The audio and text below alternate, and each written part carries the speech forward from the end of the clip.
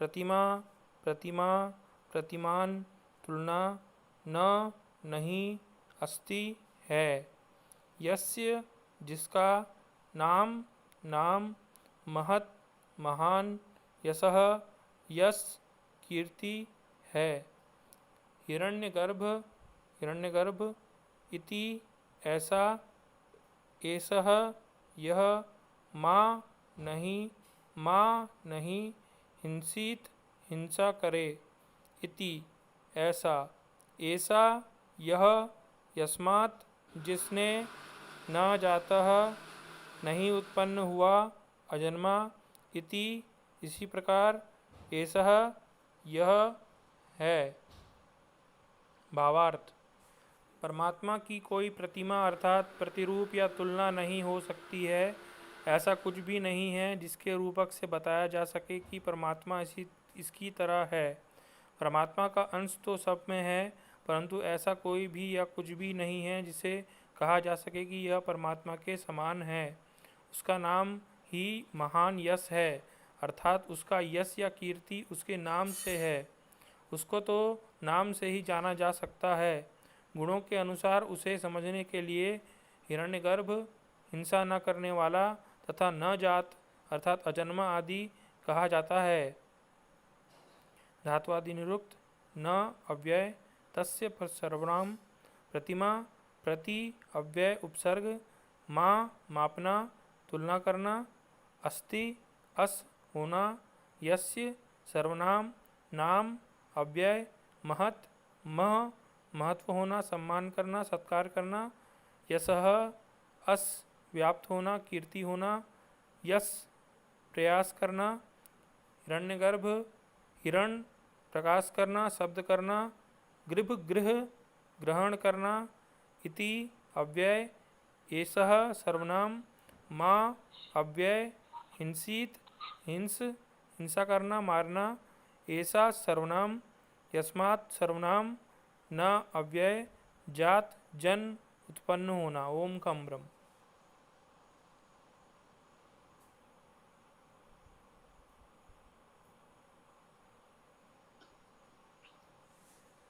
ओम खम ब्रह्म।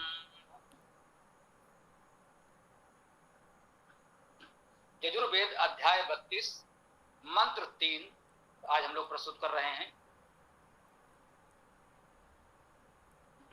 ओम न तस्य प्रतिमा अस्ति यस्य नाम महत्यसा हिरण्यगर्भ इति एषा मामा हिंसीत इति एषा यस्मात् न जाति इति एषा। बहुत सीधे सरल शब्दों में प्रभु के अप्रतिम अनुपम स्वरूप का वर्णन किया जा रहा है। कह रहे हैं ना नहीं तस्य उसका प्रतिमा अस्ति है, न तस्य प्रतिमा अस्ति उसकी प्रतिमा नहीं है। शाब्दिक अर्थ इतना ही है तो उसकी प्रतिमा नहीं, उसकी अर्थात परमेश्वर की।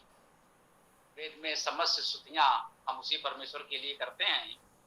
तो न तस्य प्रतिमा अस्ति उसकी प्रतिमा नहीं है, अर्थात उस परमेश्वर की कोई प्रतिमा नहीं है। यह तो इतना स्पष्ट है कि इसमें किसी अर्थ व्याख्या की आवश्यकता ही नहीं है। फिर भी कुछ बातें हमें समझनी होंगी। कह रहे हैं न तस्य प्रतिमा अस्ति उसकी प्रतिमा नहीं है, यस्य नाम महत यशा यस्य जिसका नाम महत महान यशा यश है, उसकी प्रतिमा नहीं है जिसका नाम ही महान यश है। उस परमेश्वर का नाम ही महान यश है। इसे इस समय भी बहुत लोग कहते हैं उसका नाम ही पर्याप्त है, नाम ही बहुत है, और क्या कहना है, नाम ही पर्याप्त है। तो उस परमेश्वर का नाम ही सबसे बड़ा यश है। उसको नाम से हम स्मरण करते हैं, उसकी और कोई प्रतिमा नहीं हो सकती।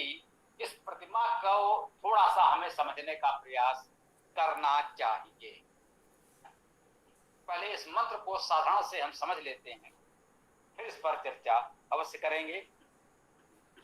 तो कह रहे हैं उसकी प्रतिमा नहीं है, जिसका नाम ही महान यश है, तो वो है क्या? हिरण्यगर्भ इति ऐसा, हिरण्यगर्भ इति ऐसा, ऐसा यह है, यह अर्थात ये परमेश्वर जो है वो है क्या? वो हिरण्यगर्भ है, वो हिरण्यगर्भ के रूप में। हिरण्यगर्भ क्या है? हिरण का अर्थ है प्रकाश करना, शब्द करना, और ग्रह ग्रह धातु का अर्थ हुआ ग्रहण करना। जिसने प्रकाश और शब्द को ग्रहण कर रखा है, जिसके गर्भ में शब्द और प्रकाश है, वह हिरण गर्भ परमेश्वर है। परमेश्वर क्या है? वह हिरण गर्भ है, अर्थात प्रकाश और शब्द, प्रकाश ऊर्जा, ध्वनि ऊर्जा उसके गर्भ में है, उसमें समाहित है। ये प्रकाश, ध्वनि आदि जो भी ऊर्जा है उसी से उत्पन्न हो रही है, उसी से हमें प्राप्त हो रही है, वह हिरण गर्भ है। प्रकाश और ऊर्जा को गर्भ में धारण करने वाला वही है। मामा हिंसित इतिसा, कह रहे हैं मामा हिंसित, नहीं नहीं हिंसा करे, इतिसा कहते हैं नहीं नहीं हिंसा करे, दो बार नहीं नहीं कहा, हिंसित हिंसा करे, अर्थात हिंसा बिल्कुल नहीं कर सकते। हम सब भी हिंसा न करें, वह भी हिंसा नहीं करता। परमेश्वर किसी की हिंसा नहीं करता, हम भी हिंसा न करें, ये भाव ग्रहण करें। इति ऐसा, ऐसा यह है, वह परमेश्वर कैसा है? वह कभी हिंसा नहीं करता, वह हिंसा न करने वाला है, तो हम भी हिंसा न करने वाले बने। यदि उसको पाना चाहते हैं, उसके निकट जाना चाहते हैं, तस्मात न जाति तेसा, तस्मात उससे ना नहीं जात उत्पन्न, इति ऐसा, ऐसा यह। और वो कैसा है? तस्मात कहते हैं ये सब कुछ जो बताया गया उससे और क्या हमने सीखा कि न जाता, वह कभी कोई उत्पन्न न होने वाला, वह किसी से उत्पन्न नहीं होता। तस्मात न जात, उससे वह उत्पन्न नहीं होता। ये सब कुछ हमने बताया, सब कुछ तो उससे उत्पन्न है, तो वह किससे उत्पन्न होगा? तो कह रहे हैं वह कभी भी उत्पन्न होने वाला नहीं है, वह अनादि है, अनंत है, अजन्मा है, उसका जन्म नहीं होता, वह किसी से उत्पन्न नहीं होता, वह तो सबको उत्पन्न करने वाला है। आइए इस प्रतिमा शब्द पर थोड़ा सा विचार कर लें। कहते हैं न तस्य प्रतिमा अस्ति, उसकी प्रतिमा नहीं है। अब लोग इसका व्याख्यान अपने अपने विचार के अनुसार करना चाहते हैं। अब प्रतिमा शब्द को देखकर मान लिया कि यह किसी की प्रतिमा है, कोई मूर्ति है। यदि आप ये मान लें कि प्रतिमा शब्द मूर्ति का पर्यायवाची है, तो उनका वेद में तो कहा है न तस्य प्रतिमा अस्ति, उसकी प्रतिमा नहीं है, उसकी कोई मूर्ति नहीं है। क्या ऐसा वेद में कहा जा सकता है? बहुत महत्वपूर्ण विषय है, कह सकते हैं एक तरह से बहुचर्चित विषय है, विवादित भी है, ऐसा भी कह सकते हैं। इसलिए इस शब्द को हम अवश्य थोड़ा समझना चाहिए। यह सत्य है कि वेद में ईश्वर अनादि है, अनंत है, अजन्मा है, सर्वव्यापी है। कह लीजिए इस रूप में वो निराकार भी है, उसका कोई आकार नहीं है। जब उसका कोई आकार नहीं है तो किसी आकार में उसकी कोई मूर्ति आदि आप बना नहीं सकते हैं, इतना भी ठीक है। इतनी बात तो ठीक है, समझ में आती है। अब जब केवल इतने से पद को लेकर कुछ लोग ये कहना चाहते हैं न तस्य प्रतिमा अस्ति, न तस्य प्रतिमा अस्ति, न तस्य प्रतिमा अस्ति। देखिए वेद में कहा गया है उसकी प्रतिमा नहीं है, उसकी मूर्ति नहीं बन सकती। वो वास्तव में अपने ही विचार का खंडन कर रहे होते हैं। ये मैं आपसे विशेष बात कहना चाहता हूं, इस पर विचार कीजिएगा, चर्चा भी करेंगे। वे अपने ही बात का खंडन कैसे कर रहे होते हैं? यदि वेद कहता है कि उसकी मूर्ति नहीं है, इसका अर्थ क्या हुआ? क्या वेद के समय में मूर्ति थी तब तो उसका खंडन किया जाएगा? न तस्य प्रतिमा अस्ति का अर्थ यदि किया जाए कि उसकी मूर्ति नहीं है, उसकी मूर्ति नहीं होनी चाहिए, उसकी मूर्ति नहीं बनानी चाहिए, तो इसका अर्थ ये हो जाएगा कि उस समय मूर्ति थी, तो कि खंडन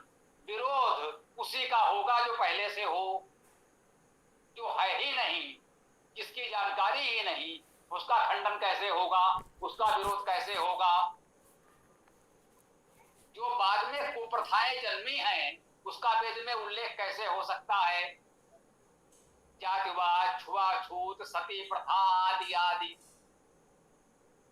अनेक जो भी पाखंड आडंबर धर्म के नाम पर देश काल परिस्थिति के अनुसार समाज में व्याप्त हो गए, प्रचलित हो गए, तो वो बातें वेद में कैसे हो सकती हैं, क्योंकि वैदिक काल में तो वो थी ही नहीं, अतः वो वेद में हो ही नहीं सकती।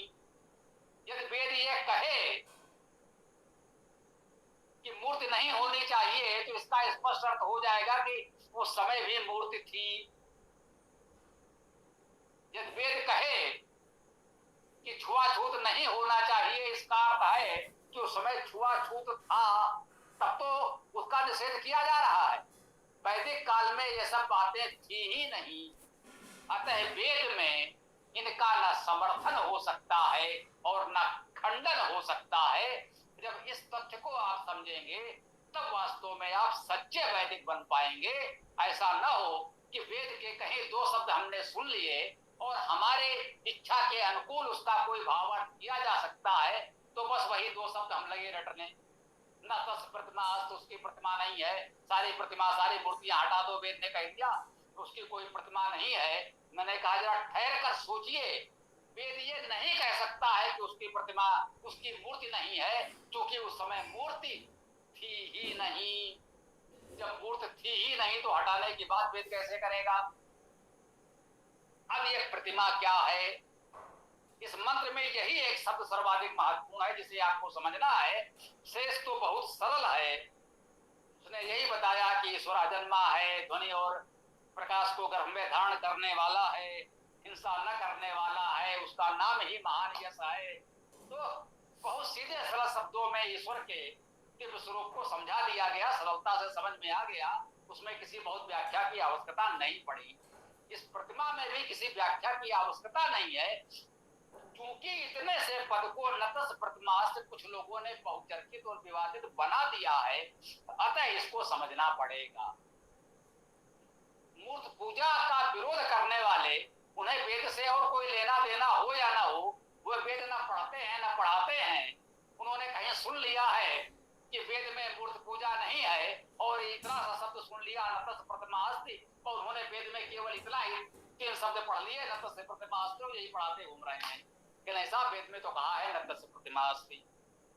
तो जो मैंने कहा एक प्रकार से अपने ही विचार का खंडन कर रहे होते हैं। वेद ये कह ही नहीं सकता कि मूर्ति हटाओ, क्योंकि उस समय मूर्ति थी ही नहीं। अब ये प्रतिमा क्या है इसे समझ लीजिए। जो हमारी शैली है आप सब जानते हैं, हम शब्द का शब्द साथ धातु अर्थ करते हैं। प्रतिमा में प्रति है, उपसर्ग कह लीजिए। जैसा कि हमने बताया है वेद में अव्यय उपसर्ग में कोई अंतर नहीं है। उपसर्ग भी स्वतंत्र शब्द अव्यय के रूप में वाक्य में कहीं भी आ सकता है। हो सकता है मंत्र के अंत में आ जाए तो भी कोई बात नहीं, अनेक मंत्रों में ऐसा मिला है, आपने देखा भी है, आगे भी संभव है। तो प्रति को आप उपसर्ग माने अव्यय माने, इस पर व्याकरणाचार्य मंथन करते रहें। तो प्रति है और उसके बाद मां है जो धातु है। मां धातु का अर्थ है मान करना, तुलना करना, मापन करना, ये मां धातु के अर्थ हैं ना। इसी मां धातु से बनता है मान, सम्मान, अपमान, इसी मां धातु से बन रहा है। मां धातु का अर्थ है मान करना, तुलना करना, तोलना मापना भी कह सकते हैं, इसी के अर्थ हैं। वास्तव में मान करने में सब कुछ आ गया।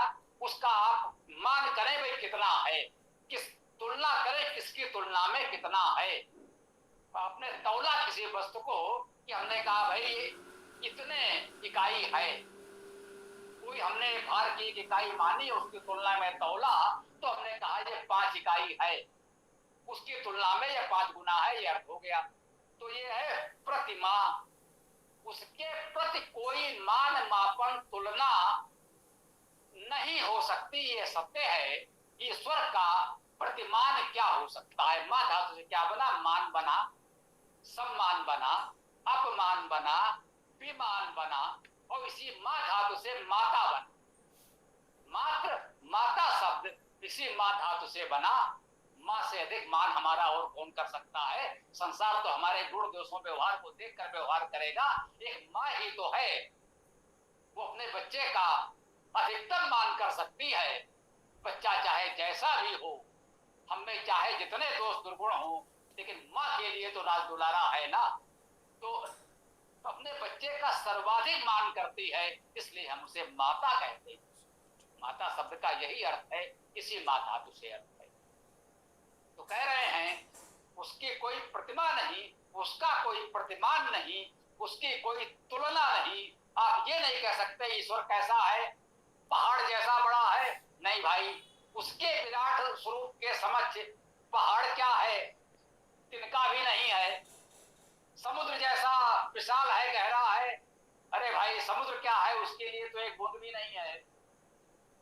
इतने विशाल ब्रह्मांड को सृजित करने वाला, उससे भी बड़े स्वरूप, अनादि अनंत स्वरूप वाला उस परमेश्वर की तुलना आप कैसे करेंगे? वो सूर्य के समान प्रकाश वाला है? नहीं भाई, ऐसे करोड़ों सूर्य उसने उत्पन्न किए हैं।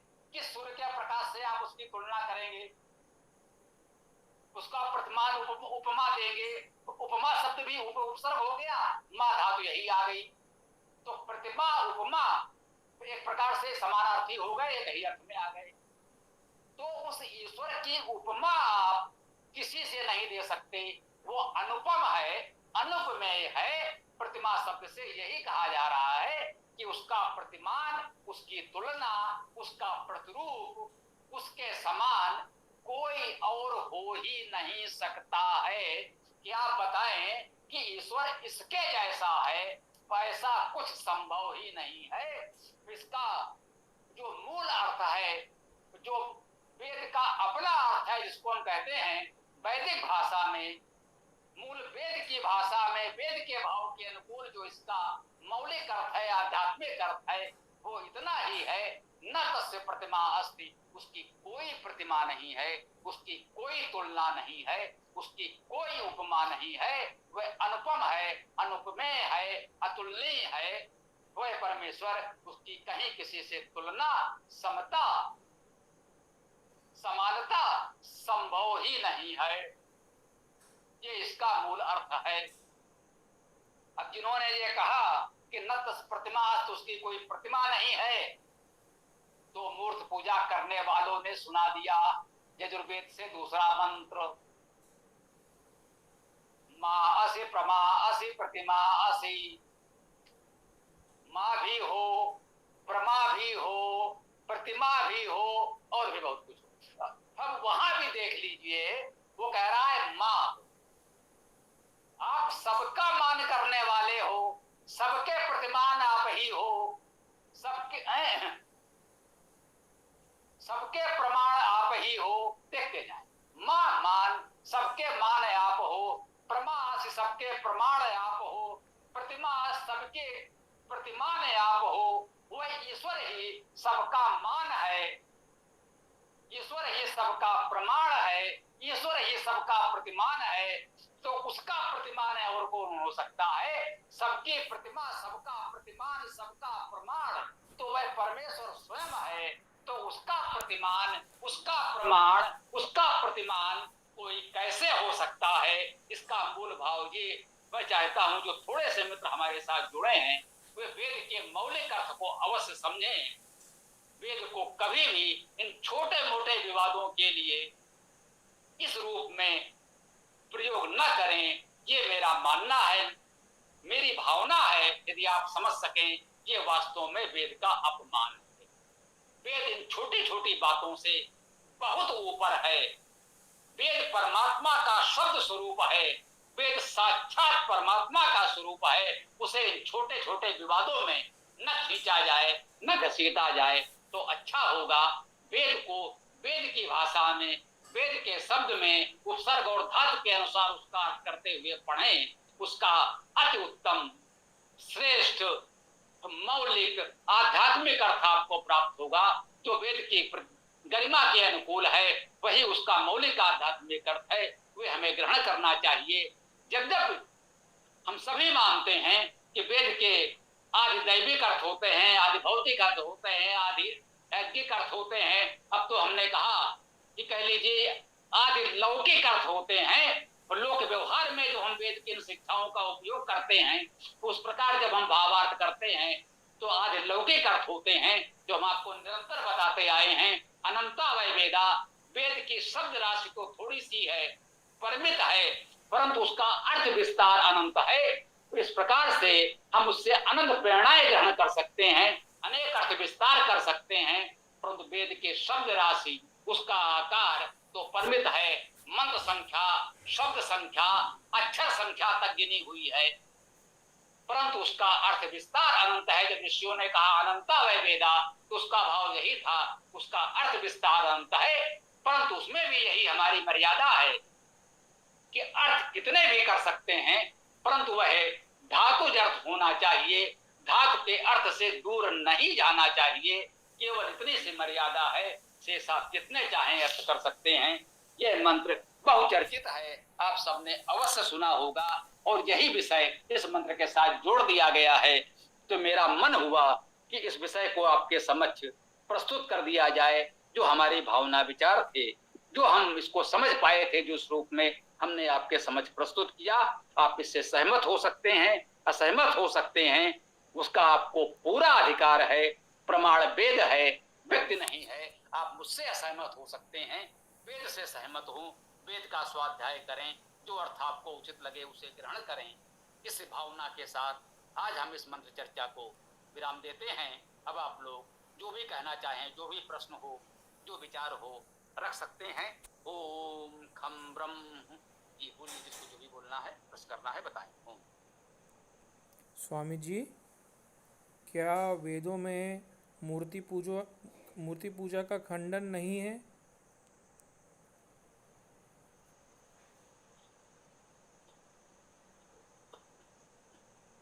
भाई मैंने अभी आपको बताया, तो खंडन उसका किया जाएगा जो पहले से हो। वैदिक काल में मूर्ति थी ही नहीं, मूर्ति पूजा थी ही नहीं, तो खंडन कैसे किया जाएगा? वहां एक निराकार सर्वव्यापी ईश्वर की बात तो बताई गई है। जब मूर्ति है ही नहीं तो खंडन कैसे करेंगे? संभव ही नहीं है। जिस समय समाज में कोई चोरी करता ही नहीं था, उस समय चोरी रोकने के लिए कोई नियम बनाने की आवश्यकता ही क्या थी? जब लोग चोरी करने लगे, तब चोरी रोकने के लिए नियम बनाए गए। ये आपको मानना होगा, जब वेद चोरी करने को रोकने की बात कहता है, तो इसका अर्थ है उस समय भी लोग चोरी करते थे। तो मूर्ति पूजा हो या कोई भी विषय हो, इसको मानकर चलें कि ये बुराइयां जो बाद में समाज में आई हैं, वो वेद में नहीं हो सकती हैं। हाँ, जो होना चाहिए, निराकार सर्वव्यापी ईश्वर का उल्लेख वेद में आपको बहुत मिलेगा। धन्यवाद स्वामी जी।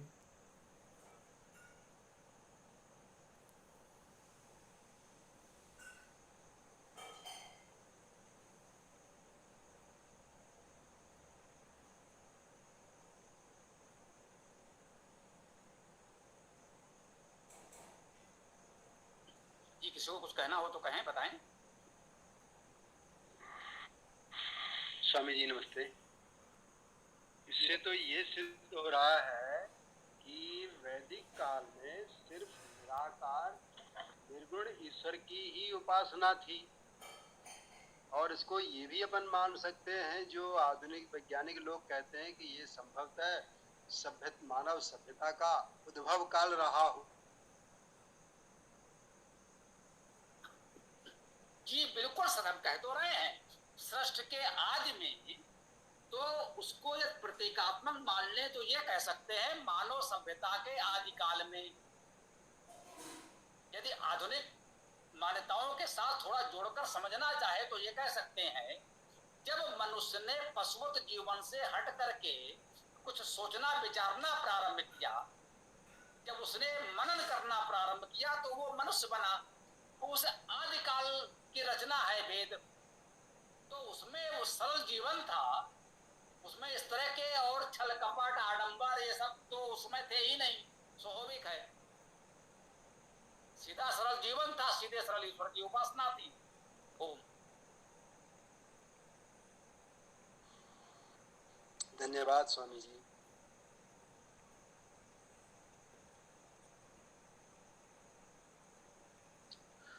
सभी को नमस्ते जी। यहाँ पर हिंसा, यहाँ पर एक शब्द है हिंसा, अहिंसा, हिंसा नहीं करता है। तो ये हिंसा वही हिंसा है जो आजकल हम लोग मारपीट करते हैं या किसी का शोषण लोग करते हैं, ये उसी हिंसा को कहा गया है ये? कि बिल्कुल उसी हिंसा को कहा गया है। हिंसा में कहा हम लोग शाब्दिक अर्थ करते हैं तो हिंसा का अर्थ यही है, इसमें कोई संदेह नहीं है। हिंसा धातु है हिंसा करना, प्रताड़ित करना, मारना, हत्या करना, मतलब जो भी कह लें, किसी को कष्ट देना, इसी को हिंसा कहते हैं और कोई हिंसा नहीं। जी जी स्वामी जी, जी धन्यवाद जी। और कोई बात कहनी हो आपको किसी को तो कह सकते हैं, जो भी प्रश्न हो बताएं। बोलिए।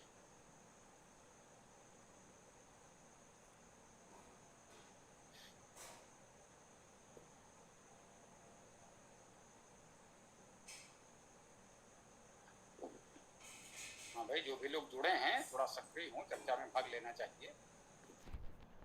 स्वामी जी, क्या ऐसा हो सकता, मैं जो कह रहा हूँ कि जब विदेशी आक्रमण हुए देश में तो हम हिंदू लोग ने, मतलब आर्य लोग ने अपनी रक्षा करने के लिए मूर्ति पूजा प्रारंभ कर दी हो?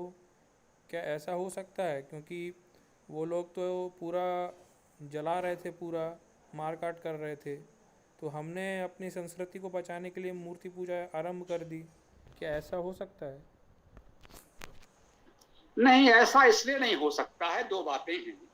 एक तो विदेशी आक्रमण से पहले हमारे यहाँ मूर्ति पूजा का प्रारंभ हो चुका था।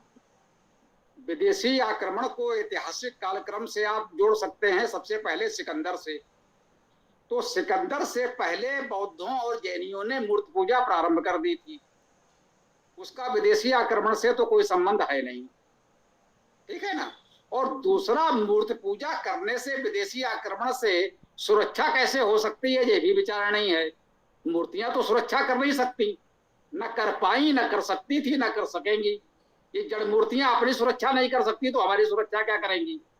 तो ये कहना विदेशी आक्रमण से सुरक्षा के लिए मूर्ति पूजा हुई हो, ये तो बिल्कुल ही, क्या कह सकते हैं इसको, बालकपन। तो ये तो स्वीकार्य नहीं है, ऐतिहासिक क्रम से भी और बौद्धिक दृष्टि से भी। जी ओ जी धन्यवाद स्वामी जी।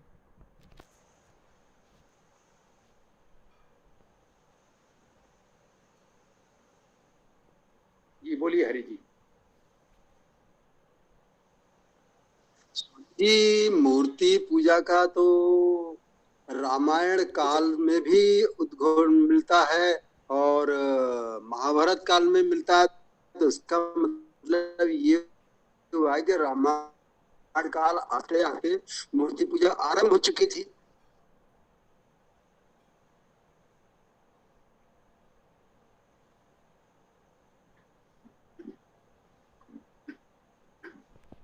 रामायण काल में मूर्ति पूजा कहाँ मिली, यह मेरे लिए आज नई जानकारी।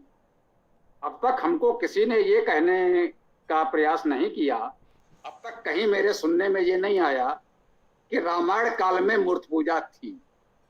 अयोध्या में क्या कोई मंदिर था जहां दशरथ जी राम जी पूजा करने गए हों?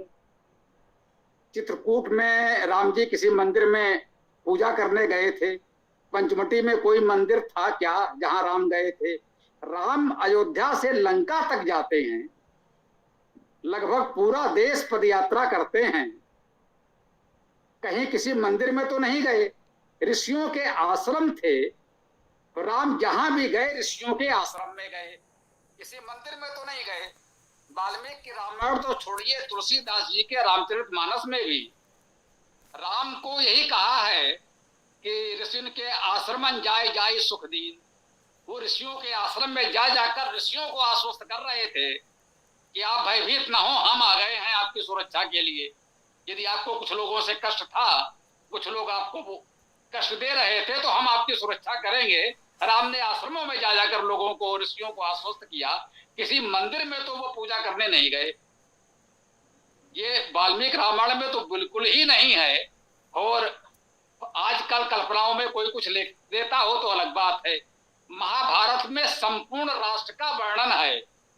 कृष्ण मथुरा से द्वारिका पहुंच जाते हैं, सिंधु नरेश जयद्रथ आ जाता है, गांधार का शकुनी है, और मणिपुर असम तक अर्जुन घूमते हैं। पूरे देश में भ्रमण करके अर्जुन ने इतने विवाह किए, इतने युद्ध किए, कहीं किसी मंदिर में तो वो पूजा करने नहीं गए।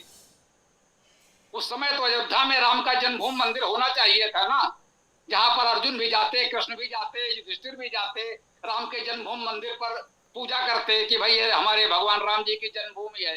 परंतु इनमें से कोई अयोध्या झांकने भी नहीं गया। तो हम कैसे कह सकते हैं रामायण या महाभारत काल में कहीं मूर्ति पूजा या मंदिर जैसा कोई उल्लेख है? केवल और केवल आश्रम होते थे। विभिन्न ऋषियों का वर्णन मिलता है कि भाई वहां पर उनका आश्रम था, वहां पर उनका आश्रम था, वहां पर उनका आश्रम था। ऋषियों के आश्रमों में लोग जाया करते थे, उनसे विचार विमर्श करते थे, विद्या सीखते थे। कोई समस्या होती थी तो उनसे उनका समाधान पूछते थे कि भैया ये समस्या हमारे परिवार में, हमारे राज्य में है, तो हे महर्षि इसका क्या समाधान हो सकता है?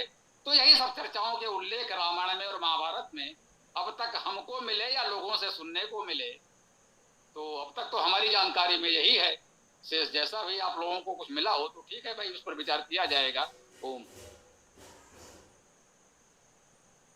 स्वामी जी, जैसा आपने ठीक ही ध्यान अंकित किया है, तुलसीकृत रामायण में आता है कि जब सीता जी अपनी वाटिका में जाती हैं पुष्पों के लिए, तो वहां पर आता है संदर्भ की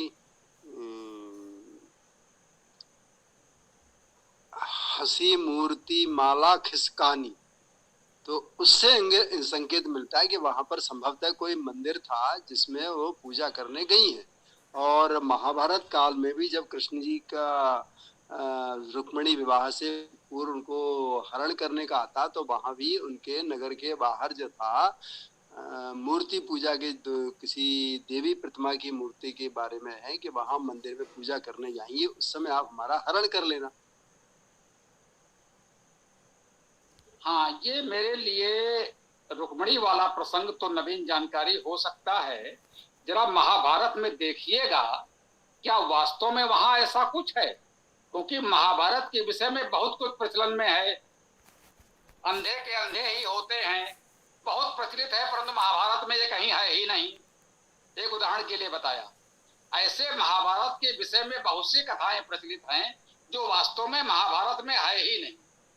उस महाभारत में नहीं है जिसका विस्तार होकर 1.25 लाख श्लोकों में है, 6 खंडों में जो महाभारत गीता प्रेस गोरखपुर ने छापी है, जिसमें 1.25 लाख लगभग श्लोक हैं।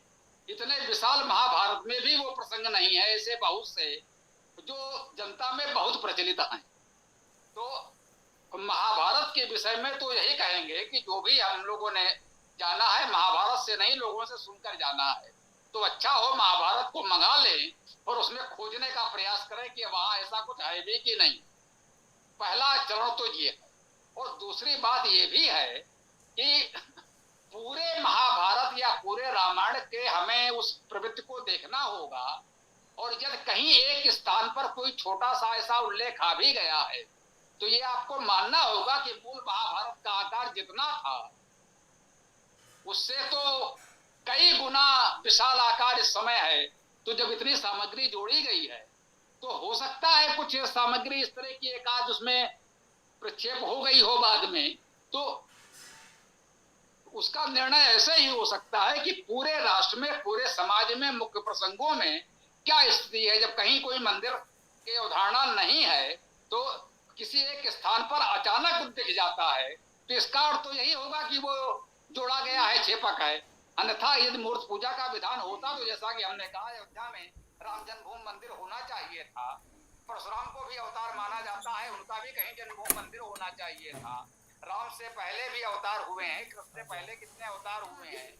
जब ऐसा होता तो शिव जी के मंदिर, अन्य देवताओं के मंदिर मिलने चाहिए थे, और स्थान स्थान पर राजधानियों में, नगरों में मिलने चाहिए थे, परंतु नहीं मिल रहे हैं। हो सकता है इतने बड़े ग्रंथ में कहीं एक जगह छोटा सा उल्लेख हो गया तो मानना पड़ेगा कि वो क्षेपक हो सकता है, चूंकि व्यापक रूप से नहीं मिल रहा है। इसलिए यदि मिल रहा होता तो मैं नहीं कह पाता स्पष्ट है। जैसा कि आपने देखा कि हमने उनकी बात नहीं रखी आज व्याख्या में कि नहीं साहब न तस् प्रतिमा आज तो उसमें तो मूर्ति नहीं आया और बस इसको आप रट लीजिए। हमने अलग आपको समझाने का प्रयास किया कि ऐसा नहीं करते, जो मिलेगा उसे हम स्वीकार करेंगे, है ना। तो ये तो सच है कि उस समय व्यापक रूप से कहीं मूर्ति आदि मंदिरों का उल्लेख तो नहीं मिल रहा है। और पहले उसमें ये भी है कि प्रामाणिक ग्रंथ में देखें वो है भी या केवल सुनी सुनाई बात है, ये देखना होगा। और जो बात आपने रामचरितमानस की वो तो ठीक है, रामायण में नहीं है, रामचरितमानस में तो बहुत कुछ है। जो आपने कहा वो ठीक है, तुलसी भवानी पूज मन मुन मुदित मंदिर चली, कुछ इस तरह से उन्होंने लिखा हुआ है, ते गौरे आशीष। तो तुलसीदास चूंकि मूर्ति पूजक थे तो उन्होंने अपने कुछ प्रिय पात्रों के साथ ये मूर्ति पूजा जोड़ दी है। तो उन्होंने दिखा दिया कि सीता जी भी विवाह से पूर्व कहीं मंदिर में भवानी की पूजा करने गई हैं, है ना। तो उसी तरह से उन्होंने यह भी दिखा दिया कि वहां पर उन्होंने रामेश्वरम में शिवलिंग की स्थापना की। तो तुलसी ने यह प्रसंग लिखा, तुलसी ने जैसा ये लिख दिया कि एक पत्थर को राम ने पैर से छुआ तो वो महिला एक नारी के रूप में प्रकट हो गई। तो ऐसे बहुत से काल्पनिक बातें तुलसी ने जोड़ी हैं। तुलसी एक कवि हैं और कवि अपनी कल्पना के आधार पर कथा रचता है। तो एक कवि के रूप में तुलसीदास को यह अधिकार है, वो कथा में परिवर्तन करते हैं और अपनी रुचि और अपने समय की मान्यताओं के अनुसार बहुत सी बातें उस कथा में वो जोड़ देते हैं। तो एक कवि के रूप में देखें तो कोई समस्या नहीं है। तुलसीदास न स्वयं कहते हैं न कोई मानता है, रामचरितमानस इतिहास ग्रंथ तो नहीं है। रामायण को इतिहास ग्रंथ माना जाता है और महाभारत को भी इतिहास ग्रंथ माना जाता है, परंतु रामचरितमानस को हिंदी का महाकाव्य माना जाता है। कोई उसे इतिहास ग्रंथ नहीं मानता है। अब इसे कालिदास ने अभिज्ञान शाकुंतलम में जो वो अंगूठी खोने और मछली के निगल लेने की जो कल्पना की है, ये कालिदास की कल्पना है। महाभारत में तो ऐसा कुछ नहीं है। महाभारत में तो स्पष्ट है, जब शकुंतला दुष्यंत के पास गई तो उसने लोक लाज के भय से कि लोग क्या कहेंगे, ये चुपके चुपके विवाह कर लाया या एक कन्या से इस तरह के इसने संबंध बनाए तो राजा का सम्मान धूमिल हो जाएगा। हो सकता है लोगों का इतना विरोध हो कि उसे सत्ता छोड़नी पड़े। तो उस लोक लाज के भय से उसने अस्वीकार कर दिया। उसने कहा मैं तो तुम्हें जानते ही नहीं, मैंने तुम्हें कभी देखा ही नहीं। लेकिन जब लोगों ने समझाया बुझाया कि नहीं नहीं ऐसी कोई बात नहीं है, इसमें आपने कोई अपराध नहीं किया है, कोई पाप नहीं किया है, यदि आपने विवाह किया है तो किया है, उसे स्वीकार कर लीजिए। तो उसने स्वीकार भी कर लिया। वह बिल्कुल ऐतिहासिक ठीक ठाक घटना है और कालिदास ने अपने नाटक में उसको एक रोचक रोमांचक कथा बना करके प्रस्तुत कर दिया कि अंगूठी खो गई, मछली निकल गई, फिर मछुआरा मछली को लेकर गया, राजा ने अंगूठी को देखा तो फिर उसे सब स्मरण हो गया, तो दुर्वासा का सांप लग गया।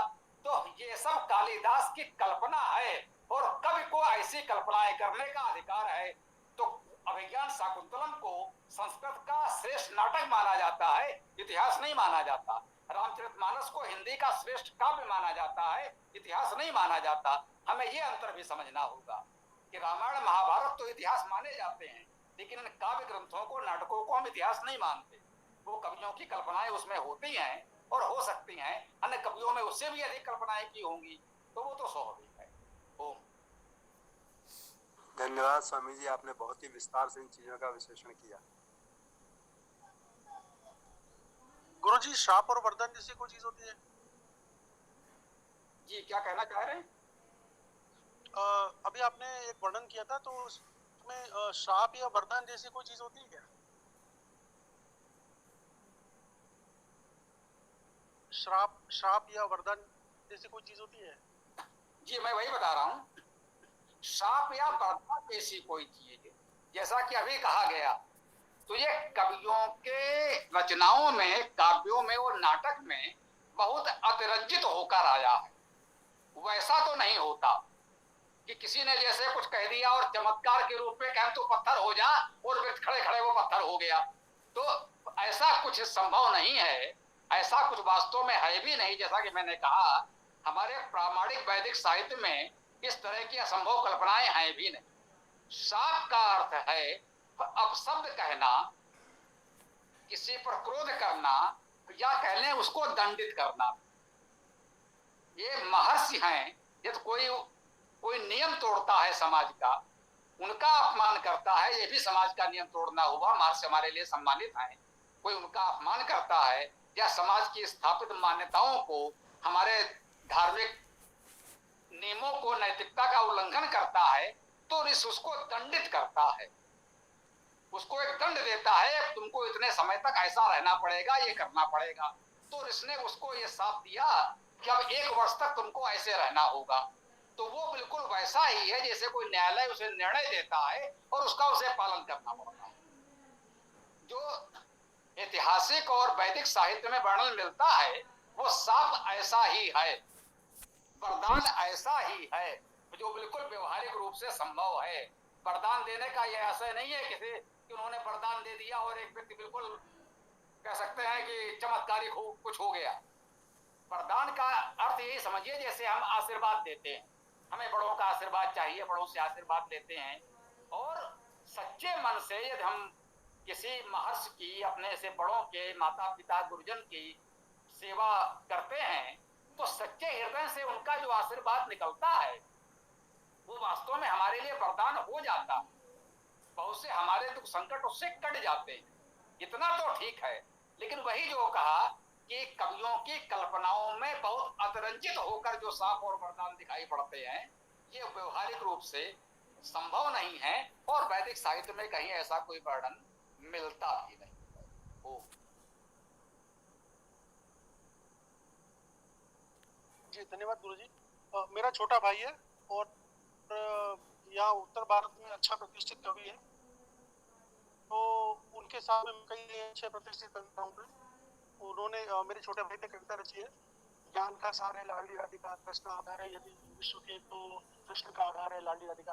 तो मैं अपने भाई को खूब गाली सुनाता हूँ कि तुम लोग है ना बिना किसी आधार के, मतलब मुझे प्रूफ दिखाओ, बिना किसी आधार के तुम लोग कुछ भी बोलते हो, बस केवल शब्दों की जमावट अच्छी होती है और सुन करके बड़ा अच्छा गाते हो तो बड़ा अच्छा लगता है। और इस चक्कर में आगे की जो लोगों की मान्यताएं हैं वो बिल्कुल एकदम रास्ते ही भटक जाती है। तो ये उदाहरण तो मैंने खुद अपने घर में भी देखा है। जी इसी का नाम काव्य है। मैं भी साहित्य का विद्यार्थी रहा हूँ। ये कहा जाता है, पढ़ाया गया है, अपारे काव्य संसारे कवि रेखा प्रजापति यथस्मय रोचते विश्वम तथेवम परिवर्तते। जब वो काव्य रचना करता है तो उसका एक काल्पनिक संसार होता है और उसका वही प्रजापति ईश्वर परमेश्वर होता है। वो जैसा चाहता है रचना कर देता है। मैंने पाठ्यक्रम में एक नाटक पढ़ा था राजमुकुट, उसमें ये दिखाया गया था कि अकबर और राणा प्रताप में संधि हो जाती। अब आप बताइए ऐतिहासिक दृष्टि से अकबर और राणा प्रताप में कहीं कोई संधि मैत्री हो सकी? दोनों अपने अपने अप्रतिम शासक थे, राजनीतिक कारणों से दोनों का जीवन भर संघर्ष चला, दोनों एक दूसरे का सम्मान करते थे, इतना तो ठीक है। जब प्रताप की मृत्यु का समाचार मिला तो कहते हैं अकबर रो पड़ा, शत्रु की मृत्यु पर रो पड़ा। कितना महान योद्धा, इतना कुशल प्रशासक आज चला गया, अकबर रो पड़ा। प्रताप की महानता का गुणगान किया उसने। तो ये ठीक है कि दोनों समकालीन थे, समान आयु के थे। आयु में प्रताप 2 वर्ष बड़े थे अकबर से, दोनों के बीच मैत्री शत्रुता जो भी कह लें रही होगी, परंतु दोनों में राजनीतिक मैत्री हो गई, संधि हो गई, दोनों एक दूसरे को अपना लिए, संघर्ष समाप्त हो गया। वैसा तो कभी नहीं हुआ। प्रताप जीवन भर चित्तौड़ को पाने के लिए संघर्ष करते रहे, नहीं पा सके, एक अलग विषय। लेकिन उस नाटक में दिखाया गया कि प्रताप और अकबर में बिल्कुल मैत्री संधि हो गई, दोनों एक दूसरे से मिल गए, गले मिले और बिल्कुल मित्र हो गए। तो ये क्या है? उस नाटक के लिखने वाले की एक कल्पना है।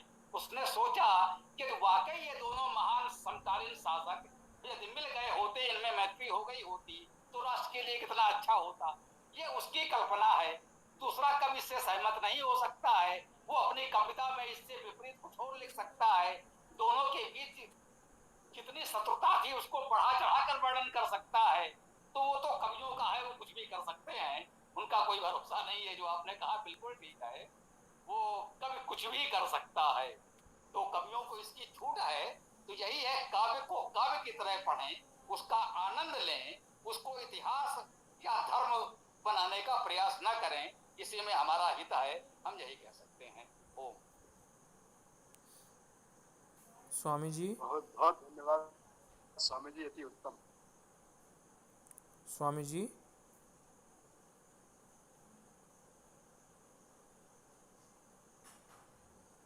हाँ बोलिए भाई।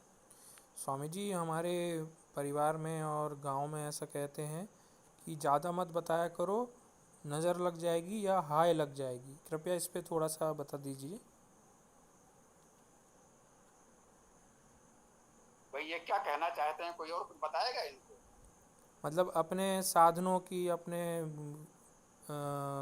घर के धन के बारे में, संपत्ति के बारे में ज़्यादा चर्चा नहीं करनी चाहिए, नहीं तो सामने वाले को जो है वो होगी, क्या कहते हैं, नज़र लगेगी आपके ऊपर और हाय लगेगी उस आपके ऊपर। ये जो आपका प्रकरण है शुद्ध मनोवैज्ञानिक है, और हम सब लोगों के मन में जो भावना रहती है उससे जुड़ा हुआ है। यहाँ पर मेरा अपना ये बिल्कुल ठीक बात है। यही कहा गया है कि आप हर समय अपने धन संपदा शक्ति की डींग न हाँकते रहें। अनावश्यक आपका अहंकार पलेगा, लोगों की भावनाएं आहत होंगी, तो विद्वेष बढ़ेगा, शत्रुता बढ़ेगी, फिर आप सुख चैन से रह नहीं पाएंगे। यही है उनका हाय या साप लगना। आप सारे मित्रों, पड़ोसियों, रिश्तेदारों को अपना शत्रु बना लेंगे, हैं? हर समय डींग हाँकते रहेंगे, हमारे पास तो इतना बल है, इतना धन है, इतने हम आए, तो क्या होगा? ये तो अच्छी बात नहीं होगी। अन्यथा आप देख रहे हैं जो देश के और संसार के सबसे बड़े पूंजीपति हैं, वो तो बाकायदा सूची जारी होती है। ये विश्व के सबसे बड़े पूंजीपति हैं, ये भारत के सबसे बड़े पूंजीपति हैं, ये अब दूसरे स्थान पर आ गए, अब ये 20वें स्थान पर आ गए। तो ये तो मतलब जो सही बात है वो लोग जानते ही हैं, लेकिन उसको हर समय लोगों से ये कहते रहना कि मेरे पास तो ये है, मेरे पास तो ये है, तो निश्चित रूप से ये अच्छी बात नहीं है, और इससे लोगों की भावनाएं आहत होंगी, तो उसका दुष्प्रभाव आपके जीवन के सांधे पर पड़ेगा। बिल्कुल ठीक है। वो और नज़र लगना स्वामी जी। यही नजर लगना है भाई। आप सबको शत्रु बना लेंगे तो सबकी दृष्टि आपके प्रति विपरीत हो जाएगी, तो उसका यही प्रभाव पड़ेगा। बाकी नजर लगना, जादू टोना जैसा तो कुछ होता नहीं है, तो हम लोग जानते ही मानते हैं। ओम। बहुत बहुत धन्यवाद स्वामी जी।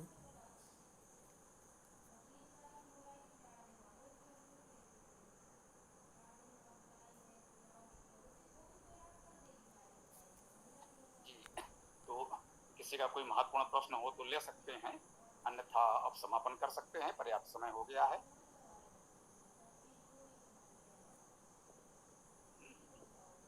तो सीताराम जी समापन करें।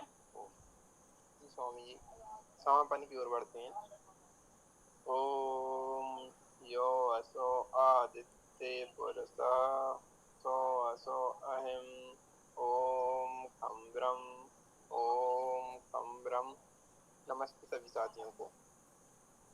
ओम यो असो आदित्य पुरुषः ओ यो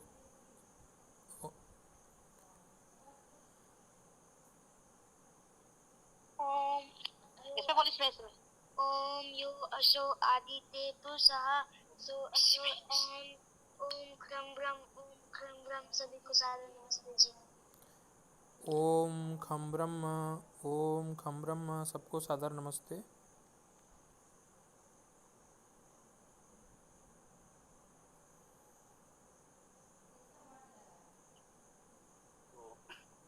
तो ठीक है, कल सायंकाल 7:30 बजे हम लोग वेद कक्षा में पुनः मिलते हैं।